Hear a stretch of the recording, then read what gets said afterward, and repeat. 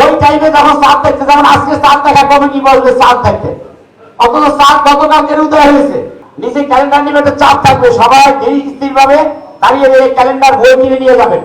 সবচেয়ে অনুবাদ কোরআন আছে, তারপরে চাঁদের বই আছে, আর রশিদ আহমদ মাদানী সাহেবের একটা লেখা বই আছে, তারপরে আপনার এই জাকাত ডায়েরি আছে, আপনি কত সালে কত জাকাত দিচ্ছেন, কত দিবেন, বিস্তারিতভাবে এর মধ্যে লেখা আছে, ডায়েরিগুলো আপনারা নিয়ে যাবেন। তারপরে আমাদের জন্য আমরা দোয়া করব। আমি চাচ্ছি আগামী আপনারা আমার সাথে যোগাযোগ রাখবেন মুসলিম উম্মার সাথে। আগামী জিলহিজ্জা মাসে যেদিন চাঁদ দেখা যাবে, বাংলাদেশে যেদিন মিটিং করে বাংলাদেশে, আপনারা জানে রাখবেন সেদিনকার আমাদের বাইতুল মোকাররমে সবাই একত্রিত হবেন। কি বলেন, ঠিক আছে? আমি এই কর্মসূচি এখান থেকে ঘোষণা করলাম। আমাদের ঈদ আরাফা তো বাংলাদেশে থেকে একদিন আগে বলে, আমরা সঠিক টাইমে করি। ওই টাইমে যখন চাঁদ দেখতে, যেমন আজকে চাঁদ দেখা কমিটি বলবে চাঁদ দেখতে, অথচ চাঁদ গতকালকের উদয় হয়েছে।